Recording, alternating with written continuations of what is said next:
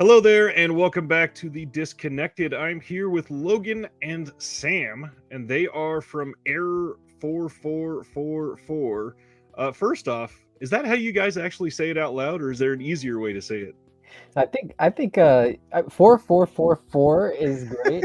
Sometimes, especially at the beginning, I would always just say three fours, and I would think I was saying it. But 4444 is also good. It's an easy way of saying it. 4444. Perfect. I always stumble over it when I'm trying to say it as I, quickly as possible. so do we. So do we. So Well, first off, just genuinely thank you guys for getting on here. I know that you guys have been literally very busy this weekend with a launch of your newest wave of titles, literally just yesterday. So, thank you for taking a brief moment to step on and just share a little bit about the company. I've been doing this for a while, and you guys are probably the youngest label that I've done one of these interviews with, and that's not a bad thing at all because all of your titles have been so high quality so far. So first, what is the story behind Error 4444? Like, how'd you guys get into this? Logan, you want me to take it away? Or you want to? Yeah, You yeah, want go for it. to? The it honestly started off as like a joke, really. Because I mean, Logan and I have been collecting for I, a long time. It's been like probably for me over 5 years. For Logan, maybe longer. He's the grandfather in this friendship. And yeah, we were just joking around and like talking about like just trash talking some like friendly trash talking some other labels that we like and we support, and we were saying like why does nobody release, or why is there not a label that specializes in Asian films, or why do some of these labels that specialize in all films, why do they not release more Asian films? Right. And we were talking about just other stuff in like Hong Kong and films from Japan and whatnot, and that I Logan, I think it was Logan. Oh no, what I forget. I think it was Logan. He said we could just start a label. Like, let's just do it. Let's be the ones who like do that. Let's specialize Right. in Asian cinema and blow everyone else out the water who tries to do Asian cinema. And I was like, "What, are you serious?" And then he was like, "Yeah, you just said it. There's a market for it. Let's do it." And then I was like, "Shit, okay. Well, we have to come up with a name then." And that's how it kickstarted from there. And of course, we have like again like a background of like just being big like fans of like horror, exploitation, and just weird, bizarro cinema. And with that focus on Asian genre cinema, we've both always like kind of been surrounded by a lot of Asian pop culture, or rather, we've surrounded ourselves with it, Right. been active about it and stuff. So yeah, I mean that's basically it. Is there a certain film or films when you were younger that really got you attached to this genre that really set it all on fire for you? Logan, what do you think? For you, For I'm me, trying to think of mine still. I'd have to think too. I mean, like I think everybody grew up watching Godzilla, I like was thinking that. reruns Yeah, on TV, or yeah. just having VHS tapes from Goodwill, stuff like that. Yep. Um, watched that. It would really burned the tape out of that, and then old kung fu movies, dubbed and really bad, but really funny,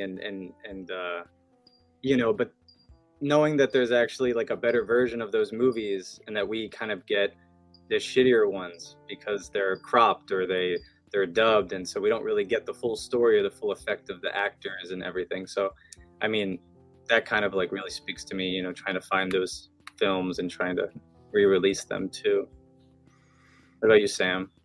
Yeah, I mean, the Godzilla was the first thing that popped in my head. I think some of my earliest memories of like I guess Asian, like pop culture, Asian like art, like movies were Godzilla, and then also like certain animes. I mean, I think like a lot of people my age probably grew up watching like Naruto and like catching that on Toonami and whatnot, and then and then the earliest, I think, now that I think of it though, the earliest for me, because I had a cousin, um he showed me very very young, and my dad, he used to talk about Bruce Lee a lot.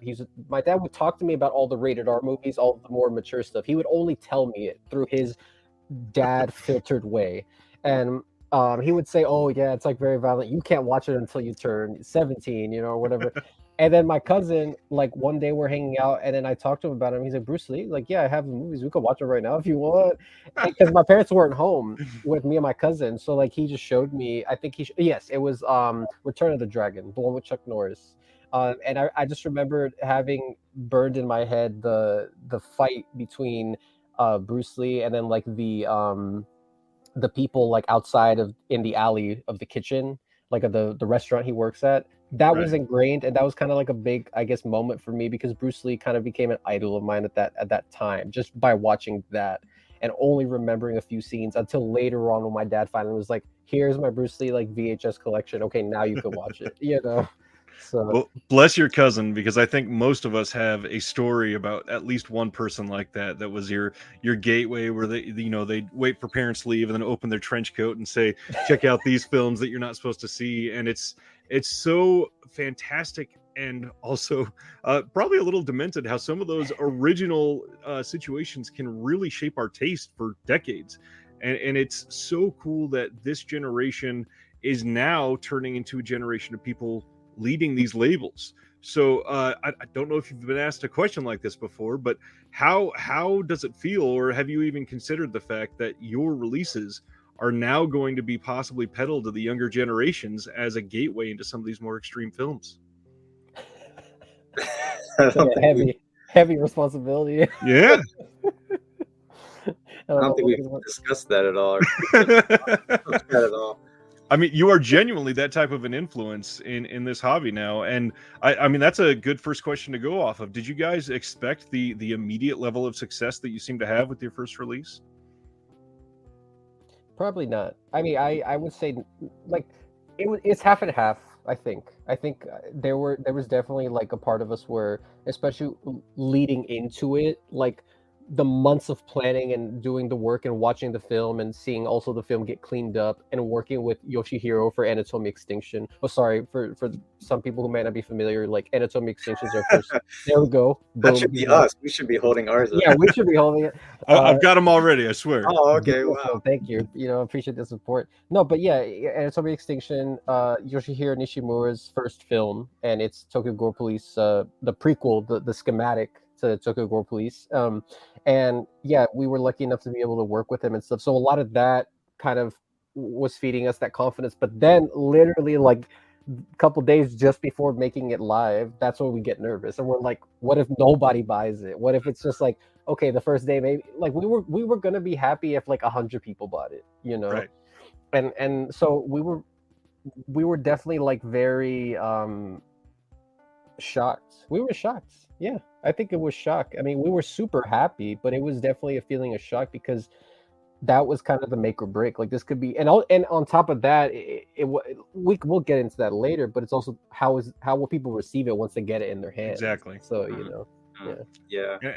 Looking back on when you released, I think one of the hardest parts of the story is going to be the fact that all of this happened during a global pandemic. So overall, how did that affect you guys? Because I'm sure it had to have been a major thing, and obviously the first release was delayed slightly. So I think the global pandemic, it affected us in different ways. I mean, I think on the one hand, it kind of pushed us to start the label and to really kind of pursue this like full fledged. Right.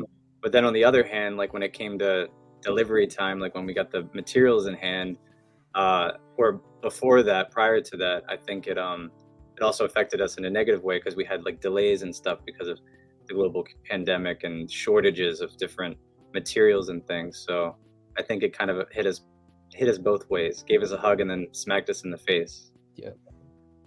I'm sure for people listening, when they hear that you were just collectors and joking around, kind of formed a label on accident, they are going to want to find out, like, were you just born with the silver spoon in your hand, or how did this happen? Did you happen to have tons of friends in the industry, or how did you get to that next step after making that discovery that you really wanted to do it together? Definitely. I mean, a lot of it is the first release. It's literally us digging into our pockets, like Right. digging Yeah, into, like everything we have, savings. This is also people have to take into consideration. This is also us coming out of uh grad school, yeah. We and met in grad school together. yeah, Oh, nice. that's how we met, and like We're this is both pursuing filmmaking degrees. Yes, That's so fantastic. so going to film school, not even like technically, if you want to be technical about it, we didn't even complete it fully. It was very weird because Yeah. yes, we got our diplomas and everything, but literally we had to shift from in person to online, like Right. at the very last like quarter practically. So all of that, there's kind of a lot of stress, a lot of pressure, a lot of like not knowing what the future was looking like, in terms of jobs, in terms of all that, you know, and a little bit of I don't know, like a lot of doubt, I would say, not a little bit, a lot of doubt. So going into it, like I really like, I have a supportive family. I'm, you know, my family's middle class, so they, especially my father, he's like he's the one who earns the most money in my family, so he was very willing to like want to loan me money, but I said no, I don't want that. That's how I have always been, to be Yeah. honest. So I dug into my own savings, whatever that was, you know, a couple thousand, and put it down, and Logan similarly did the same thing. Yeah, we're not rich at all. We're not rich at all. So you know, that's really just from our bootstraps, you know. Yeah. I kind of figured the answer to that. I just wanted to share because a lot of what I do on this channel is to try to help the labels be transparent. And there's a lot of people in this hobby that are really getting entitled, it feels like, and kind of trying to assume that these things are either something they deserve, or also on the other end they feel like they're out of reach. And in all reality, literally just a passion for these films can get a lot of people there, and they're just not taking those steps. It's For sure. it's true, yeah.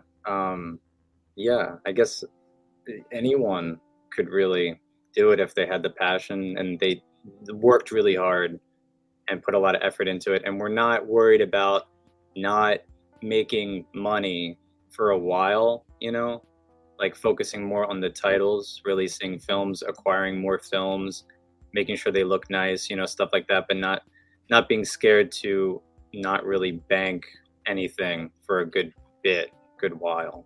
Right. So, yeah. Anything major, you know. Yeah.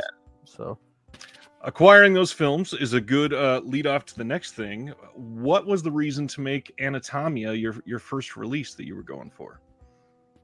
I had seen it and I liked it, and it was it's kind of a crummier version. I don't know where the version comes from, the internet, just from the internet, just saw it on there, and I thought, hey, it would be really cool to release this, and I told Sam and made Sam check it out, and then we just were like, okay, yeah, this could be a good first, like a nice first one. So we just decided to go for it, and then, you know, Yoshihiro was really excited, and he wanted to, you know, he was really eager to help us with special features and to, you know, help us with the restoration, you know, like, because we wanted to do those things, and he was just excited, you know, because it's his first feature and not a lot of people have seen it, you know. Some little trolls like myself on the internet might have like come across it, stumbled upon it and seen it, but, you know, for the most part, a lot of people haven't. So it was really a pleasure to work with him and to get it released, and he was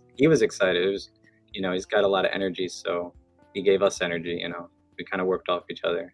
yeah, and it's also like sorry, I don't mean to No, you're good. No, just I guess really quickly, just to piggyback, also from the perspective of like strategy and like if it's bankable, like I looked at the perspective of like the fact that nobody knows that this is literally what became Tokyo Gore Police, essentially, like Right. his idea, that because Tokyo Gore Police, that's like the movie that everyone associates with him, you know, it's his I don't know, his Pulp Fiction, so to speak, you know what I mean? So that is like another big reason I was like, I think this is good, and we loved the film when we watched it. Like when I didn't know about Anatomy Extinction. I was a big fan of Yoshihiro already from Tokyo Gore Police, but I didn't know anything about Anatomy Extinction. So when Logan pulled that up and watched it, and then we talked about it, I was like, I think this is a good idea. I think the coolest part about that is when you equate the two, you can see a lot of what would become the future of that filmmaker in this film. So I think it's a really nice first step.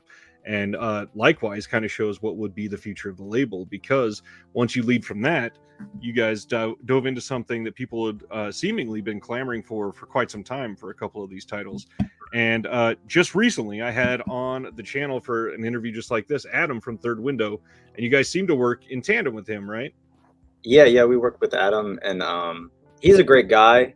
I don't know did he say he loved us? Did he say good things about us? Yeah, of course. Off air we talked about it quite a bit. Yeah. Oh, good.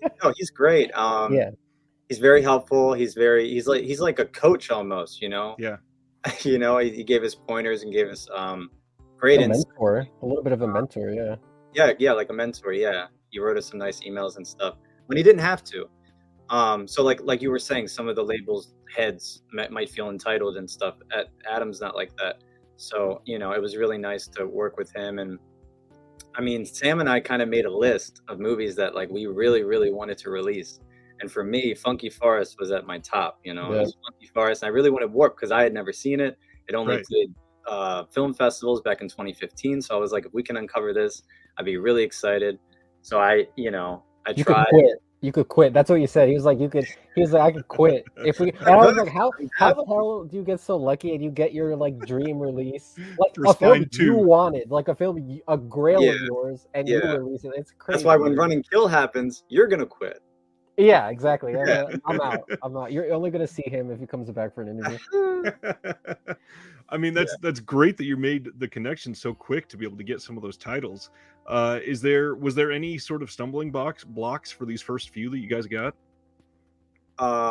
With Funky and Warp, we actually went in solo, and that was I had reached out and we were talking about it, and then I don't know, it wasn't like, because we didn't meet Adam before that. We met him during the process. Like we were already pursuing it from the US, Canada, and we didn't know, unbeknownst to us, he was pursuing it from the UK. And then there was another company, Spectrum, and they were pursuing it from France. So it all kind of just came together, and then it was like, oh, let's, you know, work together and let's split costs and stuff like that.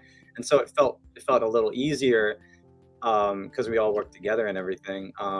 But I mean, finding certain films are really, really hard. You know, like you really have to dig. Like Centipede and Red Spills, for instance, they've been sought after for years. Like we've been told. I'm not just saying that. I mean, like we've had conversations with Massacre, and he said like Unearthed has been looking for it, and there are some other companies. I think maybe what's the other one? Mondo. Maybe Mondo was looking for it at some point. So.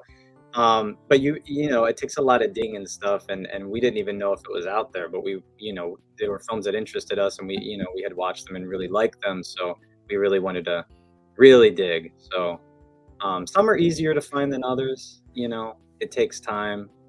Yeah. What do you think?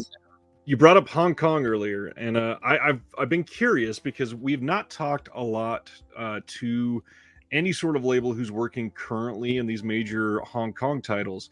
With the news and the current law changes over there, has there been any, you know, talks of like a mad dash to get some of these Hong Kong titles before stuff is enacted or censored or anything? I have heard from some people I know, like some friends and some people who have a little bit of connections within some of these labels or know some other people in these labels. I think there is this, like a little bit, like you're saying, it's not something that I think has been vocalized by any label, like you said. But I personally, when I heard about that, because I do try to keep up a little bit of what's going on over there, because obviously anything Asia, like you have to kind of keep up with anything from Asia if you're trying to release Asian films.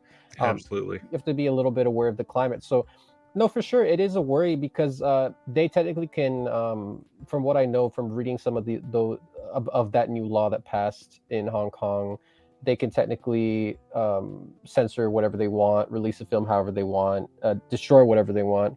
So it definitely worried us. But funny enough, we didn't even Centipede, Horror, and Red Spells.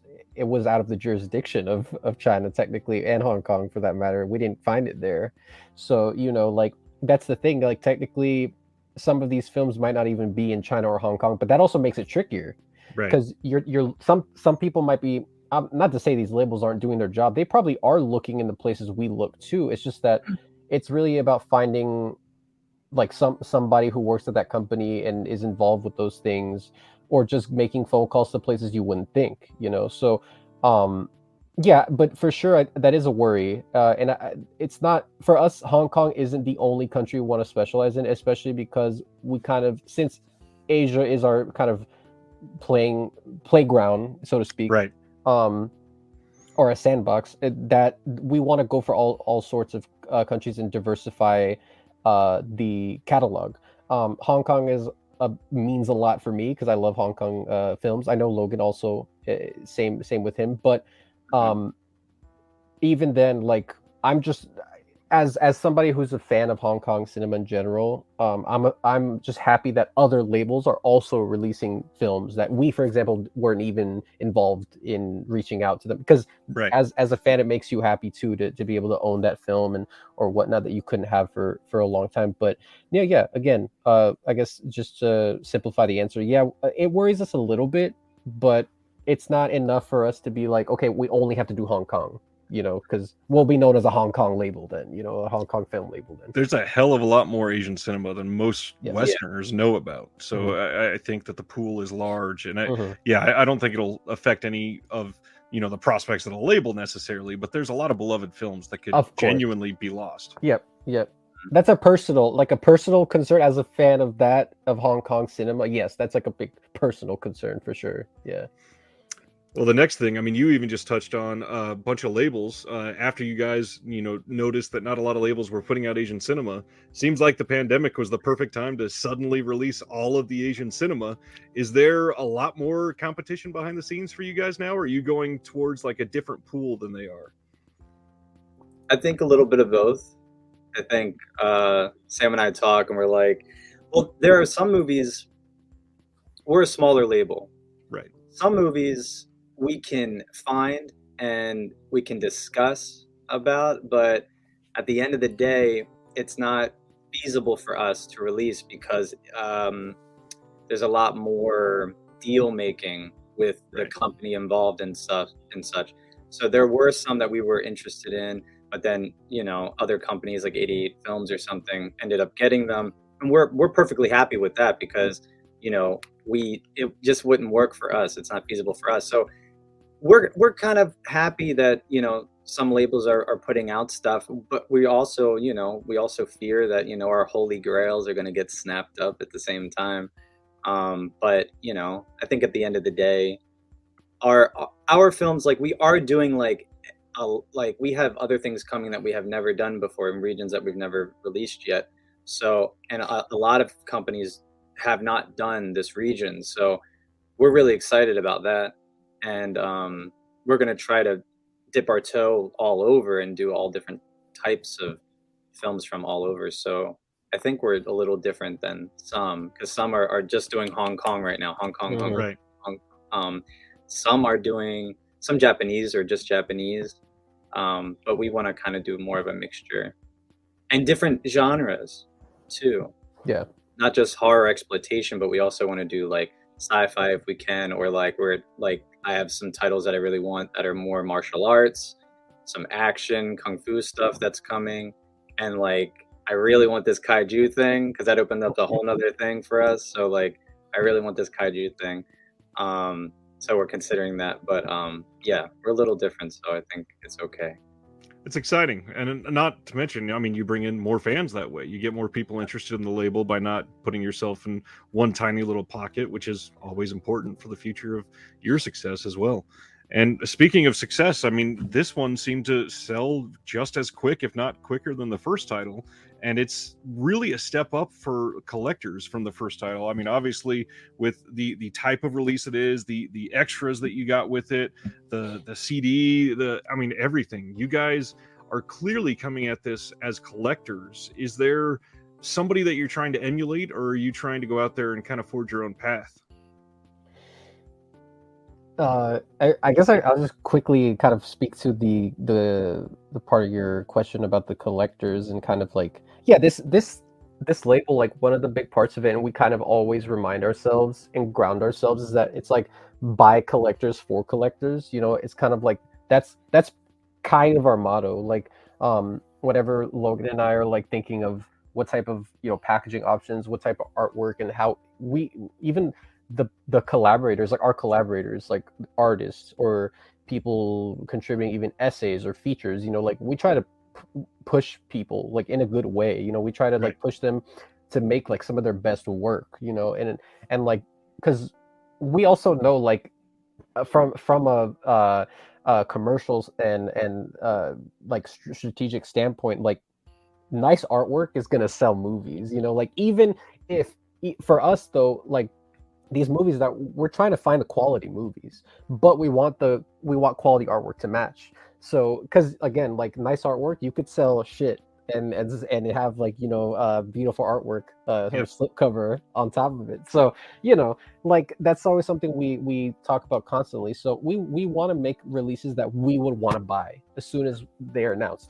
That's how we try to go about it and handle each release we do. So yeah, each release, in terms of like a consistent kind of like packaging, it depends, because like box sets might be different.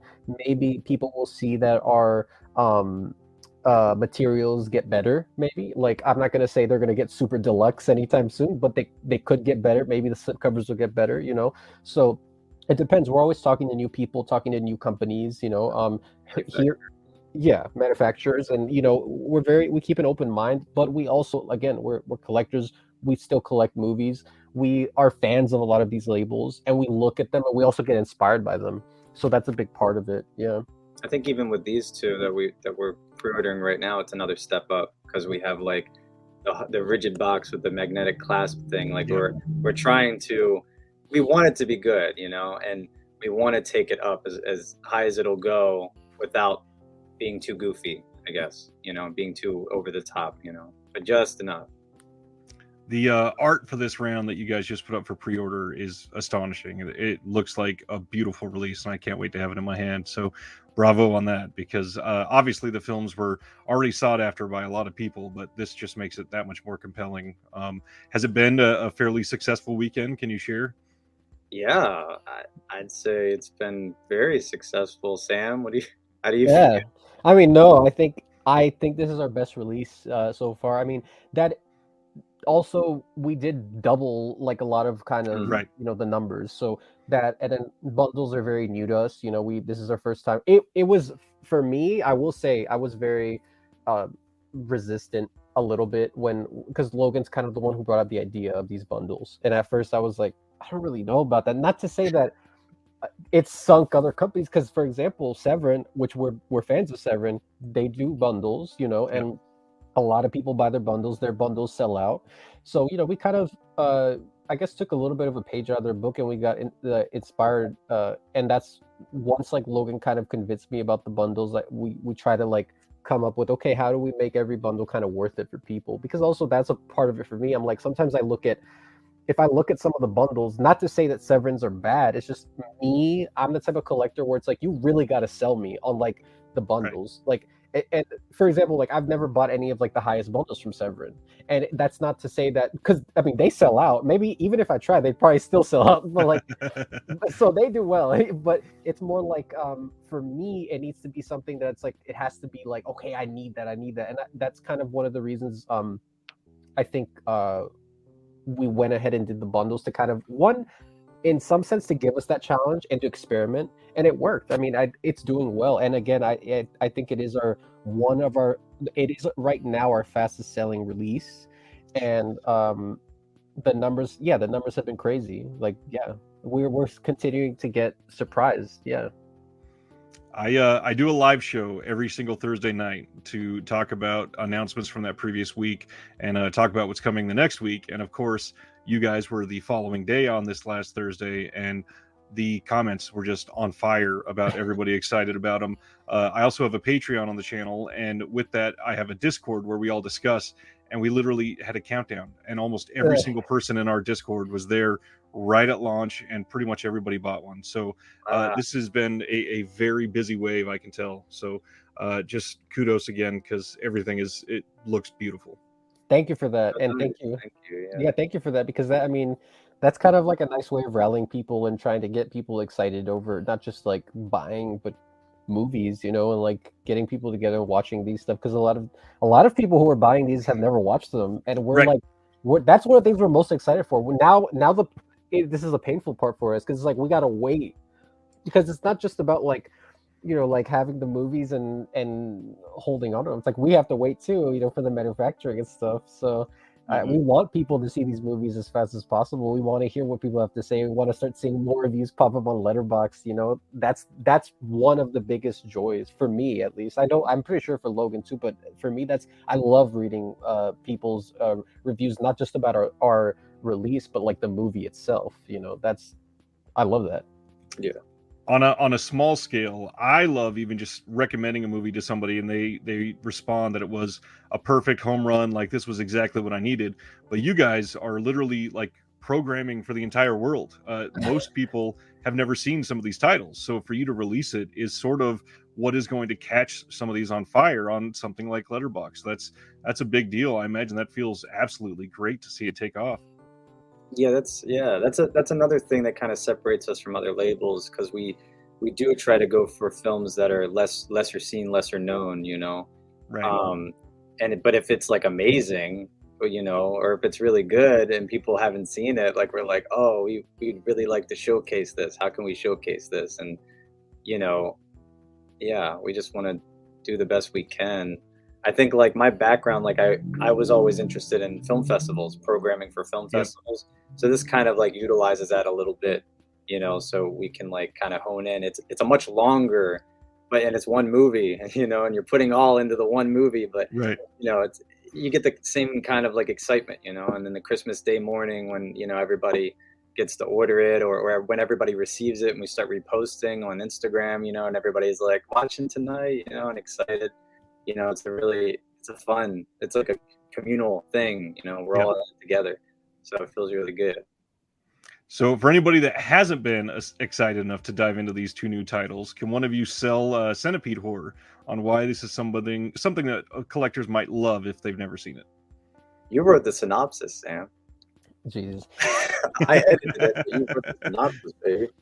I think Centipede Horror is quintessential Hong Kong celluloid insanity. I think that if you want the definition of a the probably one of the holy trinity of like gross out films, I think Centipede Horror has to be there.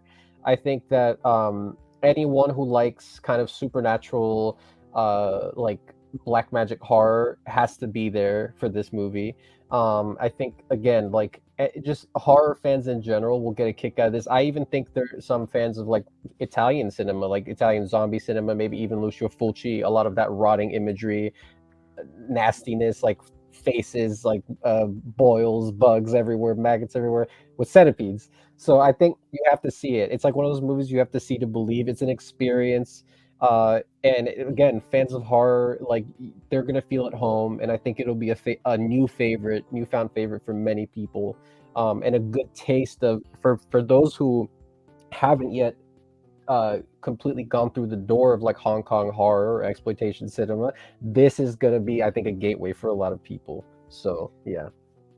I think Nice. also there's a famous quote from Tom Savini, and he said at the time like it was the grossest film he's ever seen or something like that. So I think that also sums it up a little bit for fans. It's a hell of a pull quote. Yeah. What about Red Spell? Red Spell is great. Red Spell is the lesser seen, lesser known of the two for sure, because AGFA released that print thing online, and so some people were able to see Centipede at the time, but the subs were burned in, and it was really washed out because they added light to it. So because there was like a color burn in the print, so they added like a flash like light to it, so it was really washed out, and so the subtitles were kind of bad already, but then they were kind of a little extra bad because in the daytime scenes they kind of blended in. But Red Spells, a lot of people don't know, but it is really, really good. It's really fun. It's insane. It also has like a bug centric kind of villain like of the film, but it's also just it tries a little bit of everything. There's some possession stuff. There's like death by film reel or film stock, and like trees and leaves, and there's just all kinds of stuff. It's pretty fun. Yeah, I don't know. I'm not good at it. No, that was good. That was good. I know I'm excited for it. You both have mentioned that you are already going to be releasing pretty much what was your Grail. Is there now a new Grail title for each of you? Oh, A new one, huh? That was rough. question. Yeah. Yeah, that one is rough. I mean, I think there definitely is. I can't think of something off the top. I mean, for me, it's definitely like it has to be from Hong Kong for me. It has to be. For me, it would probably be either there's a Anthony Wong Category 3 movie that is obviously not Untold Story, and it's not Ebola Syndrome. But I personally think it's the third. It should be the third one. Not a lot of people know about it. It should be like if the holy trinity of Anthony Wong's like just disgusting, nasty psychopath Right. performances, I think the third one should be Love to Kill, which came out in the 90s as well. It came out, if I'm not mistaken, following on the heels of Untold Story. So he's like, it's almost like he stumbled off the set of Untold Story, and he's like, okay, what do I do? Like, who do I kill? Like, it's kind of like that's literally how he's acting in Love to Kill. So I think people who love Ebola Syndrome and Untold Story will also love to Kill. That's a big grail of mine. But I mean, right now I can't say anything about that because unfortunately there's nothing to say. But that's a grail of mine for sure. Yeah, I don't know, Logan. What about you? I have a whole list on Letterboxd There of we like go. our dream releases, and I add them in. Like I'm like, oh, this one, and we've hit up a bunch of these. We've hit up, and we were able to find some, and we're still working on some, which is cool. Wow. I don't know. I mean, like, I'm really excited about some that we're like working on right now, that we're pursuing right now, that we have. But I don't have any, like, I don't have a title in my head that I'm like, oh, this one is the new Grail. But it's kind of like some of the ones we're working on now is kind of a Grail. And we were talking earlier today about interviewing an actress and how she's in the US, and how we're thinking about traveling and meeting her and interviewing her, and how that's another new kind of thing for us. So we'd be really excited to do that. So that's kind of like, that's my Grail right now. I think meeting her will be a Grail, and I think it'll be a Grail for Sam too. I know he's excited if it does come to fruition. So that's really cool, actually. Yeah. I hope it works out. The other major difference so far is with Centipede Horror and Red Spell, you guys are putting out an animal cruelty-free version. Is there a reason you made that choice, or did something call for that? I'm glad you brought that up, because I wanted to bring that up a little bit. No, yeah, I mean, we kind of took a page out of Grindhouse releasing, and I love Cannibal Holocaust, and I love Cannibal Ferox. I love a lot of Italian horror films, and something that I thought was really neat was that even though I'm also the type of viewer to view the original version of the film, Cannibal Holocaust, even on repeat viewings, for example, is still a film you have to be mentally prepared to watch each time you watch it. So, and I've seen it multiple times, so it's like I still have to be in a mind state to watch it. So it's nice to have that option, because if I don't feel like having these animals killed in front of me, like I don't have to. I can watch a different version of it. So that was something we thought of, because Red Spell in particular, out of these two, has a lot. Unfortunately, it's regrettable, and that's also. But it's good to address it, because people have to realize the time this is coming from, the 80s. And in Cannibal Holocaust was fucking, oh my gosh, this is horrible. I'm forgetting. It's 80s as well, right? Or 70s? Sorry, it might be late 70s. It might be late 70s. I can't believe I'm forgetting. It's been ages since I've watched Cannibal Holocaust. But with exploitation cinema and grindhouse cinema starting like around like the late 60s and moving into the 80s, that was a way to put butts in seats. Unfortunately, with exploitation cinema, it was like animal cruelty was a cheap shock tactic. So Yeah, that's like It was that's it like was a- 1980, by the way. I just checked. There we go. Yeah, So The right 80s, on the yeah. cusp. Yes. So yeah, so that was a part of it, and there's a lot of people who are, I mean, sensitive to that, understandably so. Right. So we felt the need to do that as just an extra feature, an extra option. So yeah. Yeah. We're not trying to like change the films. We're just trying to alter or like offer an alternate cut for those who don't necessarily want to see an animal get murdered in front of them and hear the squeals or whatever it is.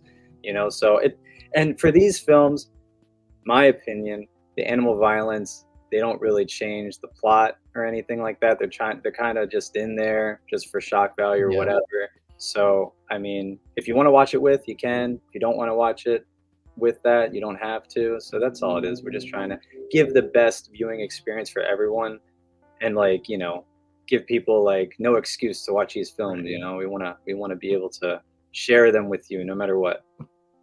I'd almost say for most films around that time, they didn't ever really affect the plot all that much. I mean, Cannibal Holocaust, obviously, it sort of does, but for the most part, when Ebola Syndrome came out, I first of all, I watch every single movie with my wife, and my wife is sensitive to the animal killing, and Ebola Syndrome opens with the frog killing, and I totally forgot.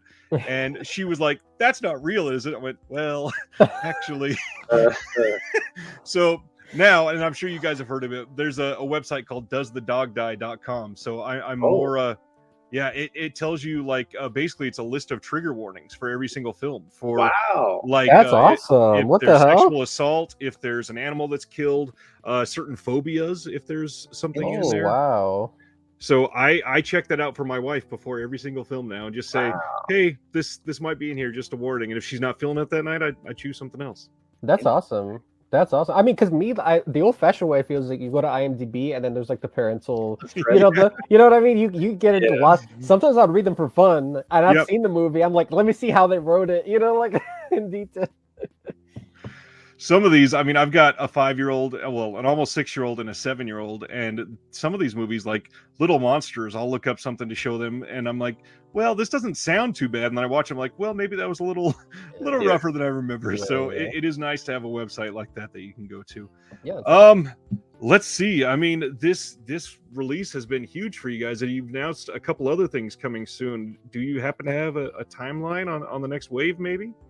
I know you're in the middle of this one, so that's a little intimidating, probably. But well, Sam and I have been just discussing it. We'd like to get 2 more out before the end of the year. We'd like to get 2 more out before just the end of December. That would be great. Yeah. We have like different avenues we can take with that. 2 of which have already been announced: Run and Kill and Red to Kill, right? And then we have other ones that we're kind of like discussing. Maybe these will be faster. Maybe we can get them out sooner. But we also don't want to jeopardize like the quality of the release, the artwork and all that, because it does take time. I mean, from the moment we announced Centipede and Red Spells, it was a year to now, to actually get it out. So it takes time. You have to be willing to hold your breath and work through it. But I mean, the wheels are turning. And we're going to try to get them out. We're not the biggest label, but if we can make sure, if everything looks good to us and we're satisfied with everything, I think it could be by the end of this year you'll see at least 2 more titles from us. Yep. Nice. There's not a lot of stuff on the internet about Air 44 yet because there's only been a handful of releases. Is there anything that the public doesn't know about you that you'd like them to know? Sam, you're left-handed, right? No. I wish I could do both. I wish I was ambidextrous. Yeah. No. To know about the label or about us? Yes. Either way. Oh. Your deepest, darkest secret. About the label, I mean, I think I wrote a nice new bio on the website. Yes, I did see that. Did you see that? It's pretty good, right? Yeah, it is. I've literally got it all right here, named after the unlucky nature, the number 4. Everything. It sounds great. I'm really excited for some of these sci-fi films because a lot of those have never had releases anywhere. I feel like those are vastly underrepresented from the Asian side. Yeah, it's intriguing. Yeah. I guess I was gonna say the only thing I guess I can say to people is kind of like, um, we want to go bigger in the sense of like we want our releases to kind of also embody our growth. We want to do more experimental stuff with our releases, and maybe like this is way in the future though. This is like goals of ours. Like I always joke with Logan, like I would love to have steelbooks of some of these crazy Oh movies. my god. Like, He wants to do steelbooks, but he won't do like what is that thing? Metal packs? because there's a difference. There's You like a get metal packs, but yeah. he There's a won't big, do big those. difference. There's a difference because metal packs are weird with the spine. I know The they're weird. spine's I so know they're weird, weird. I and don't then like steelbooks is like nice looking. It's like so that's why him and me are always arguing about that. But I think metal packs are cheaper or I'm something only like joking that. around though. I'm not Yeah. serious. I don't expect us to really do metal packs. I'm just fucking with him. It's just a fucking thing. Like I'm just like texting him this, and he's getting all aggravated. That's a pipe dream. Steelbooks are a pipe dream of mine. Yeah, Basically. it's cool. Well, the hard part, and a lot of people that are just a part of this hobby don't understand that steelbooks, you usually have to print like at least 3,000 or 4,000 Yeah, with some of these Yep. printers, which is Yep. crazy. Yep. yeah, and that's I And think that's a big reason why we haven't done it yet, because it's like a lot of numbers, but then like also per unit, it's more expensive than a Blu-ray case and a slipcase or whatever it is. absolutely. But trust me, like trust us. Like there were times where I was talking about, I was like, maybe we could do what if we did the steelbook of Red Spell, but the Thai art. I'm like, imagine how gorgeous that would look. It's kind of like having those conversations and knowing it's not gonna happen, but just daydreaming. And again, that's how you know like where we're coming from in our background and how we love collecting physical media, because we're even talking about all these dreams of the packaging and stuff, and it can't happen now. That's like a goal, that's like kind Right. of, if we could do what Arrow does where they can do fucking steelbooks and they can do this and they can do that, that would be beautiful. For all the same title, they'll do 5 different versions. That's exciting. wanna do Maybe that. not that. Maybe not that, but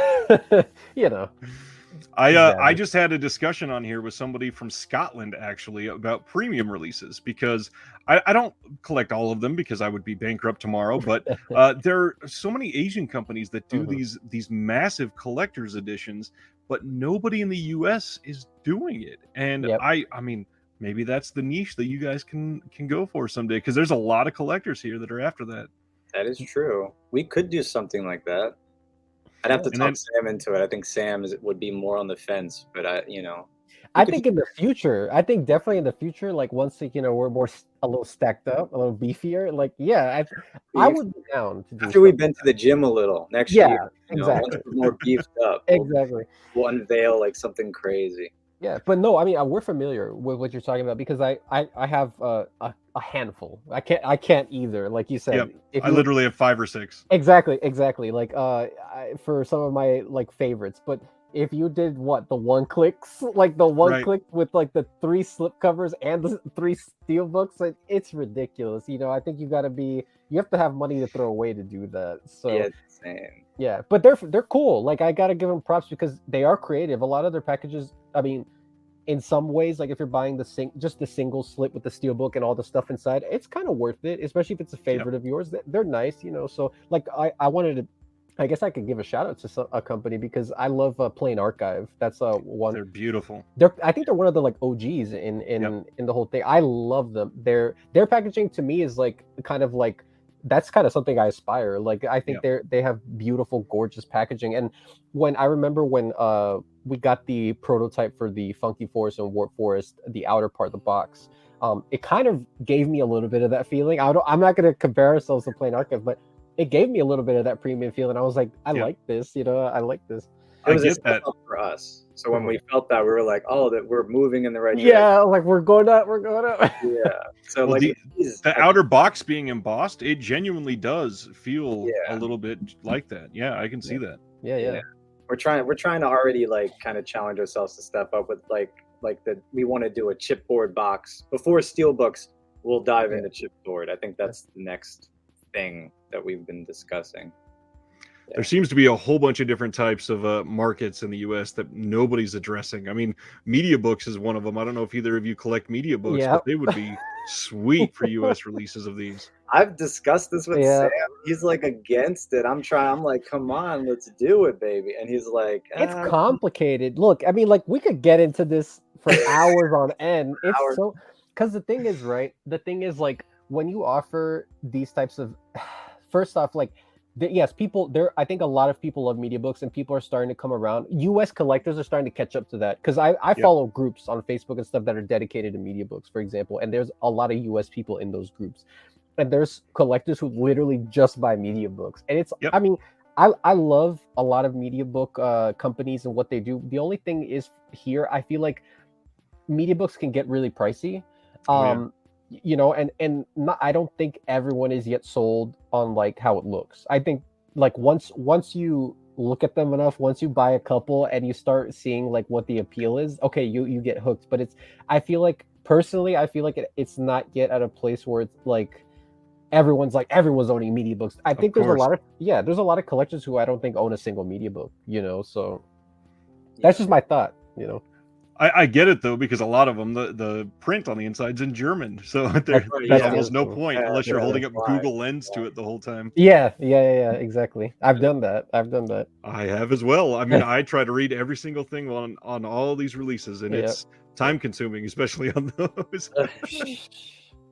Ridiculous. Well, Sam, Logan, I genuinely again want to thank you for your time. I think that this will be very enlightening for a lot of people. I think that you guys have a long road ahead as long as the quality of these titles are coming out like this, and seemingly more and more people are jumping on board. So congrats for that, and here's to many more. Thank you. Thank you, Appreciate it. Ryan. Yeah, thank you for having us. Thank you. Appreciate it. Thanks for having us. Hope in the future you'll be happy to come back, and we'll talk then. Oh, For sure. absolutely. Yeah. Let us For know sure. anytime.